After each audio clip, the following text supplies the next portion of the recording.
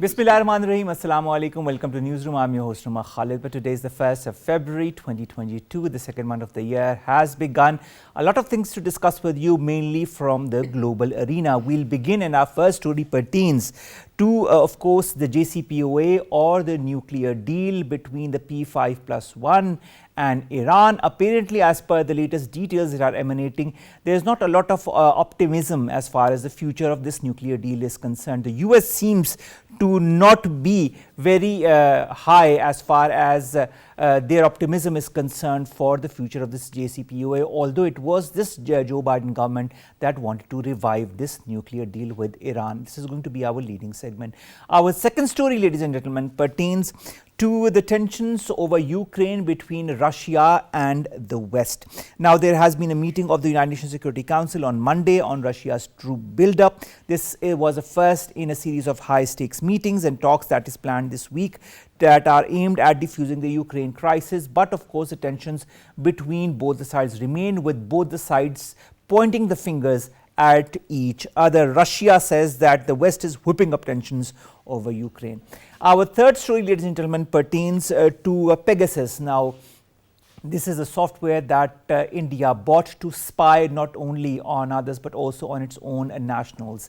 All this huge deal happened in the year 2017, and now the opposition in the parliament is asking a lot of questions as to the veracity of this deal, this Pegasus deal that India did with Israel, and the repercussions that it has had as far as revealing secrets of the nationals of India is concerned. And finally, ladies and gentlemen, we will end with the National Command and Operations Center, otherwise known as the NCOC, that has decided that there are going to be a door-to-door COVID-19 inoculation drive from today. 55,000 teams have been put aside for this door-to-door inoculation, and of course this is because of the increase in the number of cases of COVID-19 owing to the Omicron variant of this pandemic. This is going to be our last story. Let's begin, ladies and gentlemen, with our leading segment of the day, and that concerns the JCPOA, the nuclear deal between Iran and the P5+1. Not a lot of optimism as far as the latest details are emerging. More in the following report. After months of negotiations, Iran nuclear talks aimed at salvaging the tattered 2015 Iran nuclear deal have reached a critical juncture. Commenting on possibility of reviving JCPOA, US State Department officials cautioned that restoration of Iran nuclear deal might be impossible due to Iran's nuclear advances, whereby the indirect talks between Iran and the United States on bringing both countries back into full compliance with the landmark 2015 nuclear deal are in their 8th round. US Special Envoy for Iran Robert Malley has been reiterating the long-held US position that the United States is unlikely to strike a deal with Iran to save the JCPOA unless Tehran releases 4 US citizens Washington alleges it's holding hostage. According to New York Times, the US and Iran are close to reaching a prisoner swap deal to free 4 American citizens in exchange for Iranian sentence for sanctions violations. Another challenge is response of Israel, which has been ardent critic of 2015 nuclear deal. Biden administration restoration of JCPOA would fulfill a major campaign promise by signaling America's return to diplomacy and multilateralism. The European Union has played the role of a mediator, and the EU coordinator Enrique Mora revealed that the latest round of talks have been put on pause, citing the urgency of political decisions now. As the future of Iran nuclear deal is dependent upon necessary political decision making, all sides need to commit compromises to give diplomacy a chance. To discuss more on the issue, we've been joined by Dr. Zafar Nawaz Jaspal, who is an expert on international relations and affairs, of course. Dr. Saab, thank you very much to have joined us. Dr. Saab, the whole talks, the revival of the talks, began with a lot of fanfare, with all the sides being extremely optimistic as to the future of the JCPOA. Why this pessimism now? What are the reasons behind it? We have to take into account 5 to 4 factors. What is happening at the global level? When the JCPOA was signed, at that time Chinese and Russians were with the Americans. Today they are poles apart. Europeans, they are only desiring party in this. And then the Arabs, who are just not watcher, but they are also indirectly party. And the third is Israel, which desires to impose war on Iran.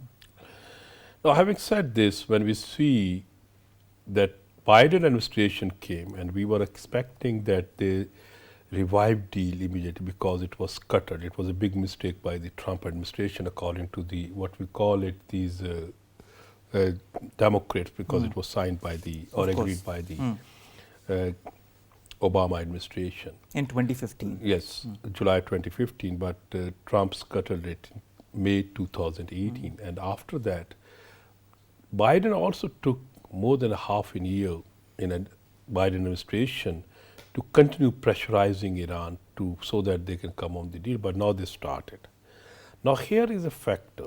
What the Iranians' conditions are very clear and very strong. They are demanding complete, you can say, revoking of the sanctions, and in future promise no such sanctions would be imposed. And also that the deal is not going to be cut at any moment of time. That is correct. And second is, they are looking this prisoner separate issue. It was not attached with this deal, but now the American media and the Americans are generating impression, especially with the hunger strike of Barry Posen, 77-year-old diplomat, former diplomat of the U.S., that all the nationals who have been arrested by the Iranian government, they must be released, dual nationals or these kind of things. That is a political issue. So deal has been becoming more and more politicized in a manner where Iranians are getting a time, they are enriching, they have infrastructure, and the, what you call it, the non-proliferationists in the Biden administration, they think sooner this deal must be once again in process so that Iran start facing the limit in uranium enrichment. Otherwise, Iran will become, or Iran is heading towards a later nuclear weapon state, if that is correct. Now, if you see the Iranians, recently Iranian president visited the Russia, and there the Russian president and Putin, and they had a good negotiations. Iranians had a $400 billion US deal with the strategic partnership deal with the China. Iranians are today not in that kind of a situation which they were experiencing earlier when the deal was signed. And finally, what they desire, the American desire that they can bring their ballistic missile program under it. They are not ready. So that's why what you use the word pessimism, these factors reveal that one can be pessimistic, because even if they continue negotiation, but if they go with all these kind of you can say fisheries in this dialogue process, I think expecting something good out of the dialogue which started in Vienna, it is not. Dr. Saab, have these fissures been created deliberately in order to stall this JCPOA? I cannot say deliberate, because delay in starting was deliberate by the Americans' participation, but once they started, these fissures were the dynamical forces which start taking place besides, and everyone is sticking with their own interest. And as I said, that the only Europeans are struggling, that and Iranians also desiring to get rid of the sanctions, but Americans are not looking. Americans ally, you can say Israel is not interested. They desire that deal must be scrapped completely, so that they will have a reason for the Americans and them to go for military aggression, but they are failing to realize, and that is the point which the Americans, many analysts have been now pointing out, that the Biden administration must not go for this kind of a miscalculation, because if they go for a UN sanctions, Russians and the Chinese are going to veto. If they are going to use a military muscle, Iranians can create or they pollute the Strait of Hormuz with the conflict, and that is not in the interest of the Europeans, because their economies are already facing COVID stress, and that will be further create trouble. And similarly, the UAE, Saudi Arabia, or they are now very much disturbed by the Houthis, and they wanted to punish the Iran, or they desire to limit the Iran, because they think that the Houthis are getting support from there. So these are many factors which are not because of this deal. You cannot look this deal. It seems a simple nuclear deal, But they are linking. They are linking with other all the dynamical political forces. repercussions and the dynamics Yes. of the region in order to get what they want in the bargain. And in fact, this is no side is trying to budge from its side as far as to come forward and to come to some kind of a middle ground. Do you feel at any time, because of course this is the 8th round, it has been going on since quite a long time of the JCPOA, do you really feel that some kind of a positive outcome could come out of it, or do you feel that it will again be stalled for a 9th round, but a lot of people say that this is going to be the final round and there's not going to be a 9th round?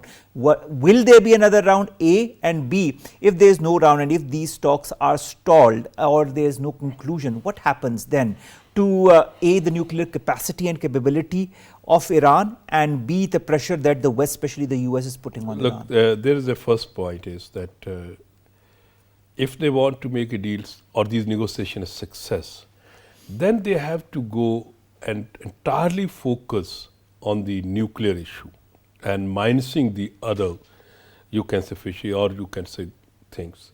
And for that they have to rely on the International Atomic Energy Agency, and on that recommendation they have to see Iran is a member of the Nuclear Non-Proliferation Treaty. And according to that, being a member of the Non-Proliferation Treaty, Iran could not go for a fissile material. I mean that they cannot enrich the uranium or they cannot acquire or accumulate highly enriched uranium. But when they try to threat it with the war and they try to blackmail it and continue punishing it, naturally then they have a right to work and deviate. But so far, what is the outcome? Iranian leadership again and again reiterated this point that we are a member of the NPT, and being a member of the NPT, we have no design to make a nuclear weapons program. This is the Iranian official stand.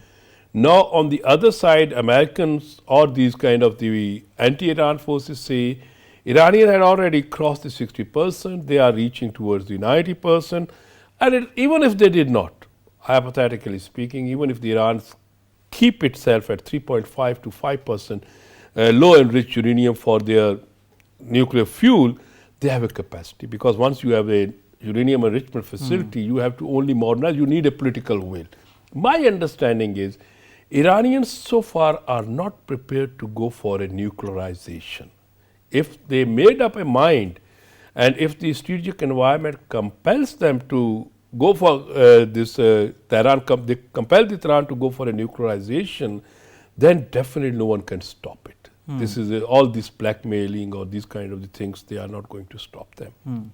They have human infrastructure, they have facilities, they have only to modernize them and further move ahead.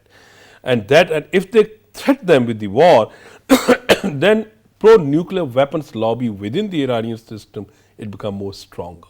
Because who is threatening? Israel. Israel is a nuclear weapon state. United States is a nuclear weapon state. And you cannot you can prevent from the nuclear blackmail or a nuclear threat only if you have a nuclear weapons. So my understanding is that if they fail to, you can say, come out of a positive outcome of this 9th round, or if they disengage, then they are pushing Iran more nearer to the nuclear weapons. As I use the word, Iran would be a latent nuclear weapon state or a state having a nuclear weapons capability in the basement. But for the time being, according to the Iranian officials, according to the IAEA data, Iran is not a latent nuclear weapon state. All right, but Dr. Saab, also on the one hand we have the example of Iran, on the other hand we have the example of North Korea, and both are being treated in a very different manner by the West, not as hostile as they are with Iran. What is in fact troubling the United States or Israel as far as Iran is concerned and their so-called, but they say, nuclear capabilities? Look, in the North Korea, Clinton administration engaged them immensely, and the Bush administration failed to engage them. And as a result, when they pushed them in a corner in 2003, North Korea withdrew from the NPT, and in 2006 they did a first nuclear weapon test.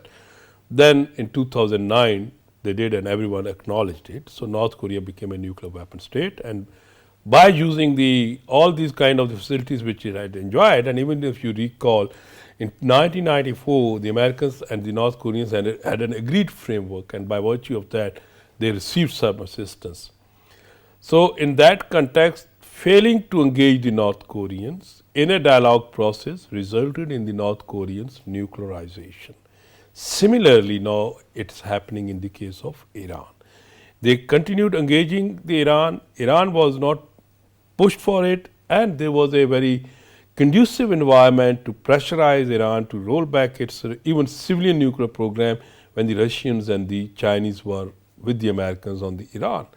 But and if you see, they were successful. That Bashar reactor, when the Europeans were funding, were the vendor, they stopped it, and then it was built with the Russian vendor. Now, in this context, the strategic environment, the way it is evolving regionally as well as globally, I think that if they not engage Iran in a dialogue process, they are going to face same kind of a situation which they had experienced during the North Korean time. All right. Now, I'd like to quote what the senior State Department official said as far as the future of the deal is concerned, and of course the release of the 4 detainees from Iran. And he said, this is not a prediction, it's not a threat, it's not an artificial deadline, it's just a requirement that we have conveyed indirectly to Iran and to the P5+1 partners.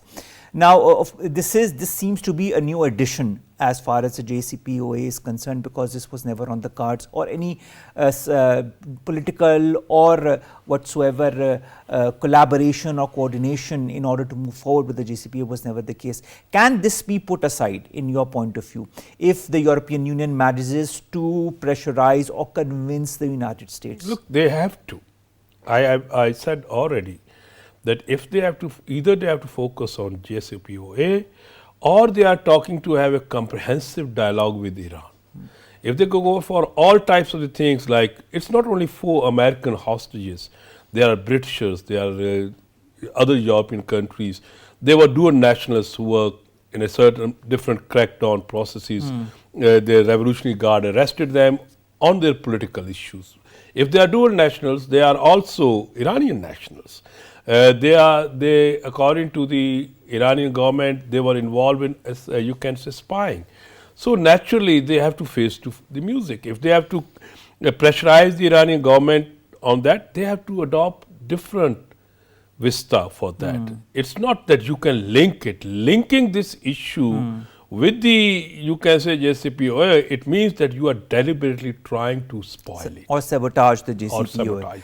What happens? I mean, do you feel that Iran will go the North Korean way, as we've just talked about, as far as how North Korea was pressurized and then it kind of reversed its decision to be part of the NPT? Do you feel Iran could do the same and continue with its nuclear enrichment? My understanding is that Iran will continue maturing its uranium enrichment capability, increasing its manpower, but it will be not going to leave the NPT, Nuclear Non-Proliferation Treaty.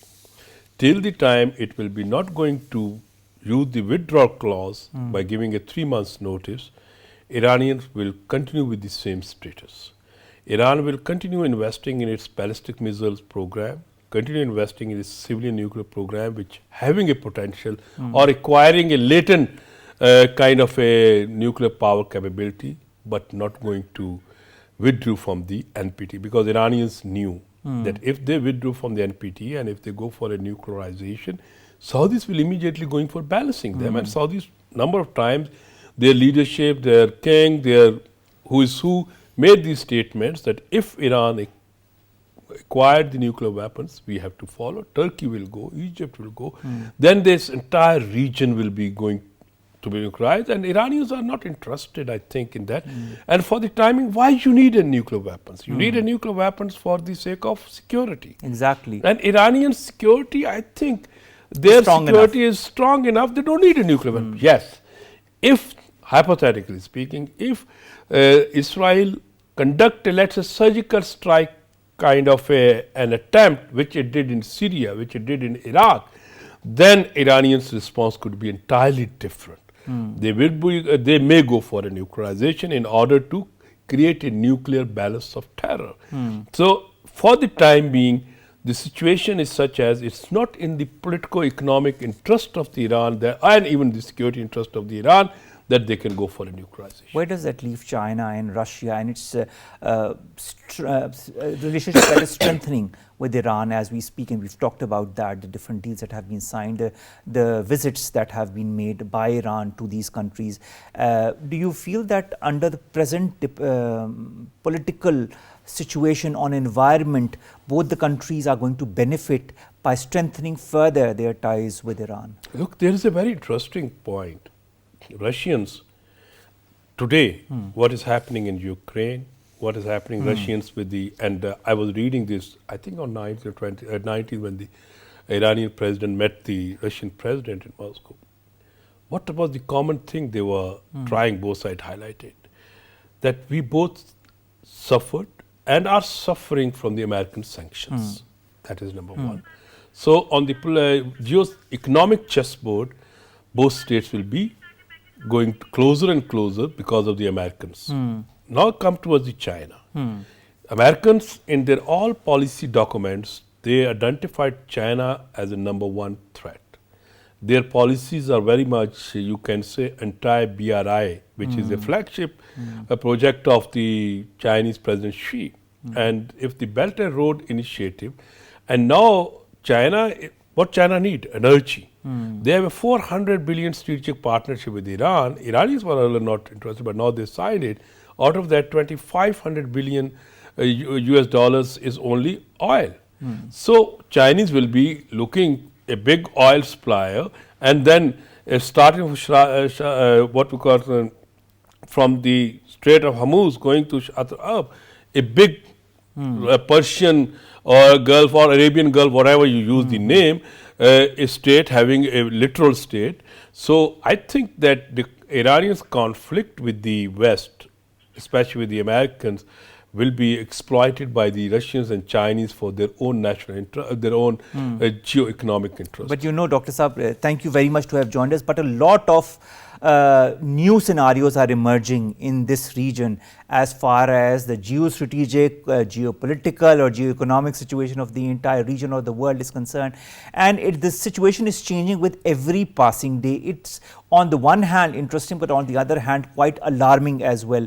And we hope and we really wish that all of these tensions or these confrontations lead to some kind of a positive outcome and some kind of talks. That is all we can hope for, and that is all we can believe in. Thank you very much, Dr. Zafar Nawaz Jaspal Saab, to have joined us and to have talked to us about the JCPOA, the future of the JCPOA, and of course the geostrategic and the geopolitical angling that is going on in this region as far as Iran is concerned. Thank you very much, sir, to have joined us.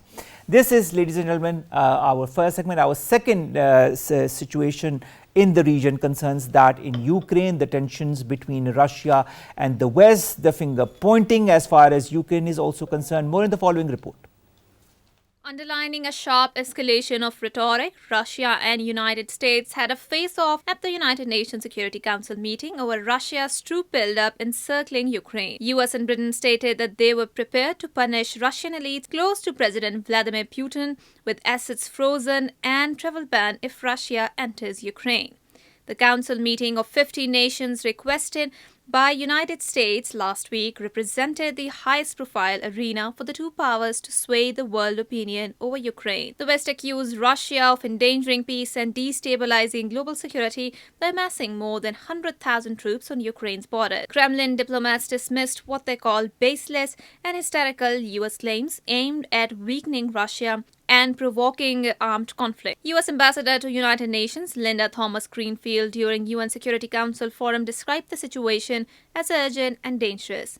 She accused Russia of planning to mass tens of thousands of troops along Belarus-Ukraine border and that US called for this meeting to allow Russians to give us an explanation of what their actions are. In response, Russian ambassador to UN Vasily Nebenzia accused US of whipping up tensions and rhetoric provoking escalation. According to a statement by US State Department officials not disclosing further details, stated that Russia has responded in writing to U.S. written response. A telephonic conversation is expected between U.S. Secretary of the State Antony Blinken and Russian Foreign Minister Sergei Lavrov. Two leaders agree to continue contacts by telephone and to promptly consider the possibility of meeting in person.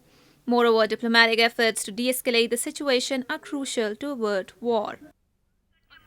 Now to discuss the latest as far as Ukraine is concerned, we've been joined by Salman Bhittani, who is a foreign affairs expert. Salman, thank you very much to have joined us. Salman, the situation as far as Ukraine is concerned is developing every 24 hours. Do you feel that the graph of this development is more on the negative side or on the positive side? Do you feel that the tensions are increasing with time? I think it's on the negative side because you see, as you have mentioned, the pace of developments, it's so fast, and the tensions growing in the region, they are going towards a situation where we can see that some sort of a military intervention can take place, because the kind of response that we have seen from the opponents, in this case I am pointing towards EU, NATO, and United States of America and its allies. The way they are propagating the case and the way they are coming forward in United Nations, on the platform of NATO, supply of arms and everything. So it means that situation is growing up in a manner where the apprehensions of all these powers were right, because Russia has been denying since day first that it does not intend to. And it is still denying the fact that it is still denying. But the military build-up and the situation and the scenario, I think we just need to give a little background to the situation. Ukraine is very important geostrategically, geopolitically. Of course, for the West as also for Russia. For Russia. The plain borders with Russia, it's always a vulnerable side of Russian defense. So in the last few years we have seen that there has been great military build-up in Ukraine as well. It has been buying arms, it has been striking deals, particularly the Turkish drone program, the anti-tank weapons that they are getting. So they are beefing up their defense, which has been an alarm for Russia for long, because geopolitically speaking and geographically speaking, the area is very closer to the the distance between Black Sea and the Caucasus is very close, and Russia cannot give up that space, because that will bring a great amount of pressure on its mainland. Salman, has that been somehow the intention of the West or of Ukraine in your point of view? I think the recent past, where there were these interventions in the politics of Baltics by Russia, because we see there is a Russian resurgence, there is a political resurgence, economic resurgence, then Russia also knows that European Union, the countries in European Union and broadly Europe is under tremendous influence from Russian trade routes, from Russian gas routes. So that's why it's kind of exercise its influence. We see that the Crimean affair that happened, the increasing influence of Russia on all the Baltic states, like Belarus for that matter, is a close ally of Russia. And that is why the military exercises, that is why the apprehension. Yeah, and if the attack happens, Belarus is one of the probable location where the attack will initiate from the north. And from the south, it's like the Crimea. So you see they kind of increase their influence in Crimea, and now Crimea can be used as a launching pad and a great strategic location for practical warfare. So the tensions were beefing up. We also remember that the episode of the private airliner that was hit, of course, and the way Russia behaved and all. So the situation was beefing up, and now it has ripened up in a way that both the parties are very aggressive. They are like ready for head-on collision as well. Has that been the intention all throughout, to beef up tensions and for both sides to utilize this tension one or the other to their own interest? Definitely. I mean, Russia is protecting its, first of all, its geographical integrity, because that is vulnerable as far as Ukraine, if it goes into the another camp, because Ukraine is, going closer with it is cozying up with NATO and EU both. So that's not a good news for Russia. Democratization of Ukraine is also not a good news for Russia. Then it has to protect its economic and geographical interests. So these are some main motivations for Russia beside influence, beside its own political objectives. And same is the case with the other half. United States of America has an obligation to protect and to give defense to all these countries in Eastern Europe and in Western Europe and in Central Europe. So those commitments it has to fulfill, and we already see that United States as a major power is struggling. So if that diminishing influence is not being curbed by United States through military means or through political means, that will be a big problem for the new American administration as well. But weaponizing, let's talk of weaponizing Ukraine, weaponizing Latvia and other countries in the neighborhood as well. Isn't it kind of A, creating an arms race, and B, creating a very tense situation as far as the militarization of the whole region is concerned? I mean, if, for example, nothing happens and there is no incursion of Ukraine by Russia, but the weaponization has happened of Ukraine, of the other countries. So any other trigger can, start a war in the region. Yes, God forbid. I think that's the side effect of all these tensions, because both the parties are weaponizing their allies, because that is the trick of the trade. United States has been doing that. Ukraine, on the other hand, is beefing up with arms. It is also somehow focusing its own defense, because Ukrainian defense is very weak in front of Russian military structures, Russian defenses and everything. So with the passage of time, particularly post 2014 episode, post Crimea episode, the Russian resurgence in the region and its aggressive posturing in the region, Ukraine had to, because Russian political influence, sociological influence is too much in the region. There are some Ukrainian villages which are really pro-Russia and which are ready to take up arms against Ukraine. That's the Russian influence which speaks. So this matters, and Russia is also analyzing the situation that in near future, if it did not do anything in the region, countries like Ukraine can equip themselves with state-of-the-art advanced military technology. Is the build of the 100,000 troops that the West has been pointing towards Russia as a beginning of an incursion into Ukraine, and what Russia denies, do you feel that this is a kind of a pressure tactic that is being used by Russia? Yeah, initially that's how it goes by, like powerful states. They create this tension, they try to influence their opponents to succumb to the pressure, because we see very recently the Russian leadership elite have come up with their demands. So on one side they are beefing up a military modern structure with tanks and with a lot of amphibious military infrastructures in that region, because there are those ways where near Crimea they can use that option as well. And on the other side, they are beefing up diplomatic pressure, and they are not, like, their tone is very aggressive. We saw the exchange of this harsh words between United States of America and the Russian leadership in United Nations.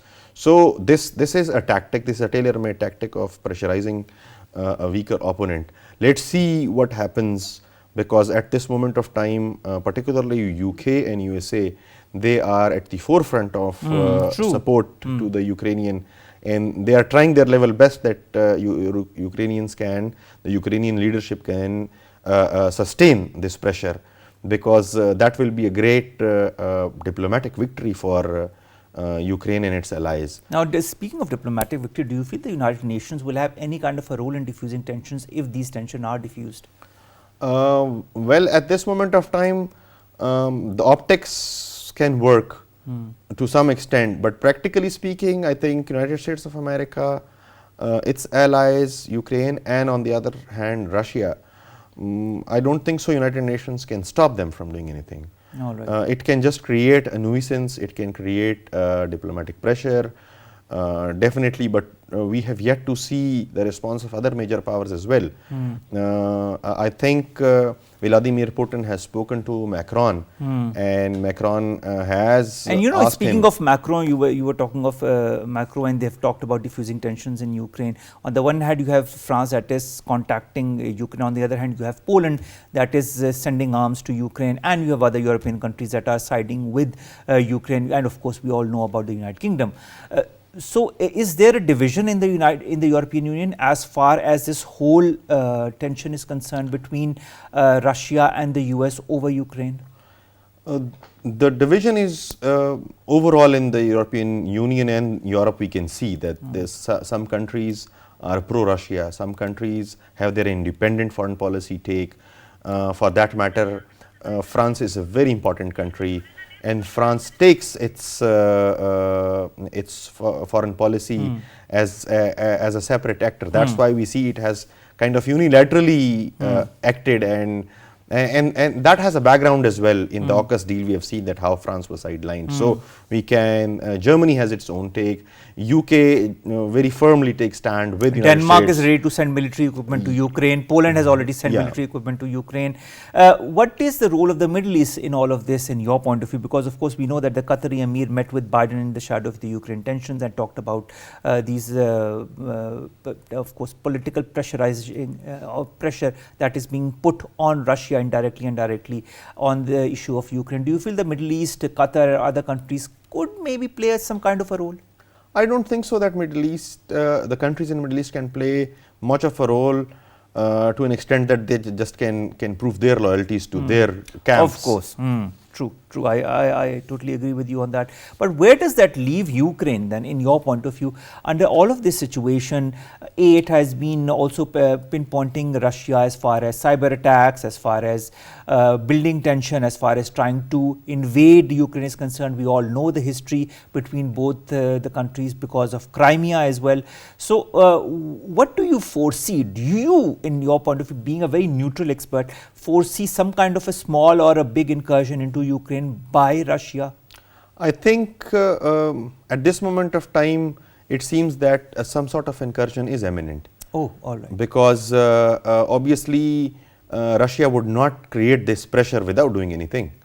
May it be a very small symbolic thing, but definitely it has created a pressure, it has created a situation. And backing off from this situation would badly damage its reputation, and we know that Russia by far as a state, its leadership, they are very reputation conscious. They have been aggressive since Cold War and during this period as well. Symbolism really matters for them, so I don't think so they would back off. But I don't see any big military incursion, any big military intervention going on, because definitely Ukraine would need to weigh its options. It is on the border. It has that region. It cannot change the region. All the other countries are outside the region. They may help Ukraine with money or ammunition and arms, but at the same time, Ukraine has to live with Russia.